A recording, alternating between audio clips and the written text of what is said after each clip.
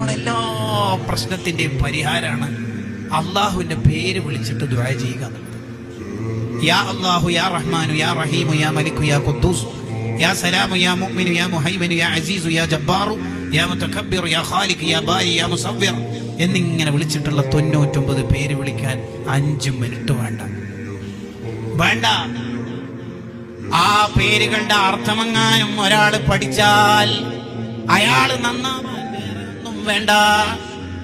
ഈ പേരിനെ കുറിച്ച് മാത്രം വിശദീകരിക്കുന്ന നൂറുകണക്കിന് ഗ്രന്ഥങ്ങൾ ഇമാമികൾ എഴുതി വെച്ചിട്ടുണ്ട്. നൂറുകണക്കിന് ഗ്രന്ഥങ്ങൾ. യാ അല്ലാഹ്, ഓരോ പേരിനും എത്രയാ പവറുകൾ. യാ ലത്തീഫ്, എല്ലാ കണ്ണേറിൽ നിന്നും എല്ലാ അപകടങ്ങളിൽ നിന്നും രക്ഷപ്പെടാനുള്ള എത്ര വിശിഷ്ടമായ നാമങ്ങളാ അസ്മാഉൽ ഹുസ്നയിൽ അല്ലാഹു സംവിധാനിച്ചു വെച്ചേക്കുന്നത്.